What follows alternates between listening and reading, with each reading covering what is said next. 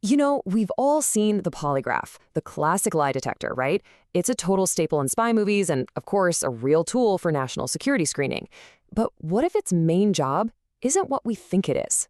Okay, let's get into it. So that's the big question we're tackling today, based on a really fascinating clinical analysis.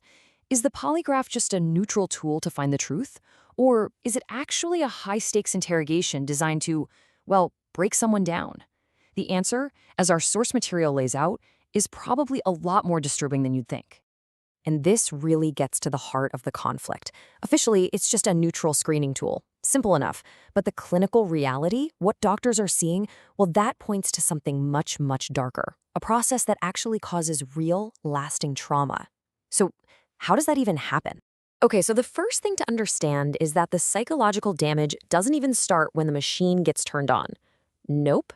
The source material argues it all begins with the environment itself, the sheer pressure of it all, before anyone even asks a single question.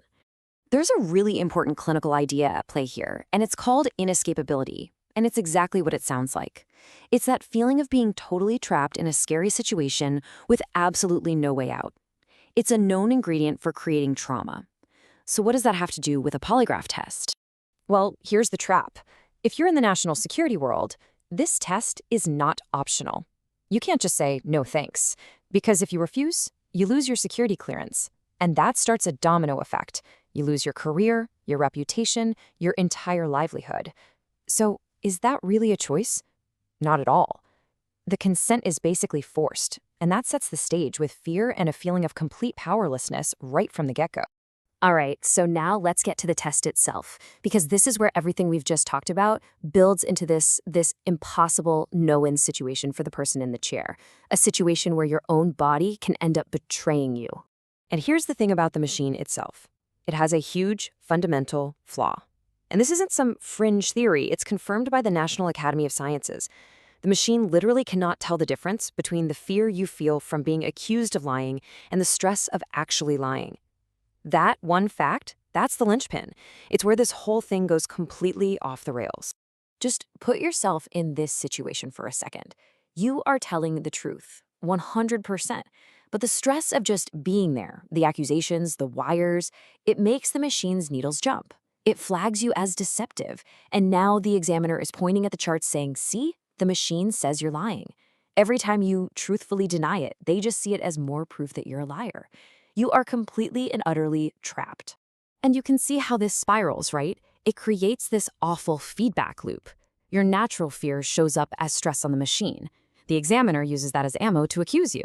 The accusation, of course, makes you even more scared and stressed, which makes the machine's readings go even crazier. It's like a self-fueling engine of pure psychological distress. And when you're under that kind of intense pressure, your body and mind just start to break down. The source material documents people experiencing catastrophic thinking, this deep, profound sense of shame, and some really severe physical reactions. We're talking hyperventilating, uncontrollable shaking, even full-blown panic attacks. And let's be clear, these are not the signs of someone lying. These are the classic signs of a human nervous system reacting to an inescapable threat. Now you'd think, okay, maybe if you have to do it again, it gets easier, right? You know what to expect. But clinically, it's the exact opposite.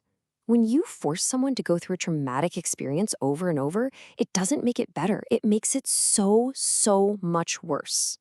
And this gets to a really important clinical idea, the difference between habituation and sensitization. Habituation is when you get used to something and your stress response gets weaker. But with sensitization, the opposite happens. You become more sensitive to it. So every new polygraph test actually makes the stress response stronger, digging that psychological wound deeper and deeper each time. How does this happen? Well, it's through a process you've probably heard of, classical conditioning. You know, like Pavlov's dogs. The testing room itself, the face of the examiner, heck, even just getting the email to schedule the test, all of those things become triggers. They can set off a full-blown panic response before the person even sits down in the chair. And look, this isn't just a theory. This is a quote from a clinician who was actually treating someone going through this. They observed that the polygraph exam itself had become the thing causing the trauma. And with every repetition, the patient's diagnosed anxiety disorder just got worse and worse. So what's the bottom line here? It's that after this conditioning takes hold, The polygraph isn't even measuring lies anymore. It's just measuring a person's conditioned trauma response to the test itself. As a tool for detecting deception, the results are totally diagnostically meaningless at this point. All of this leads to an outcome that is, well, it's tragic, but it's also completely predictable.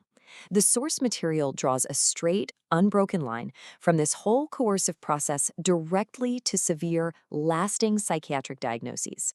And the path of this harm is just shockingly clear. You have people with zero history of psychiatric problems. They go through their first interrogation, and boom, acute stress develops. Then, after they're forced into repeated sessions, that stress escalates into chronic, debilitating disorders. It's a documented journey from perfectly healthy to severely ill. And we're not talking about minor issues here. We're talking about multiple, independent clinicians, all looking at these cases and all coming to the same severe conclusions. Diagnosis like generalized anxiety disorder with panic attacks, major depressive disorder, and even chronic PTSD. And they all traced it right back to the polygraph process. So, really, it all boils down to this triad of coercion, as the source puts it. You've got three things working together. First, that inescapable threat. You participate or you lose everything. Second, the process is accusatory from the start. You're presumed guilty. And third, you have this false certainty from a machine that, as we've established, is scientifically unreliable.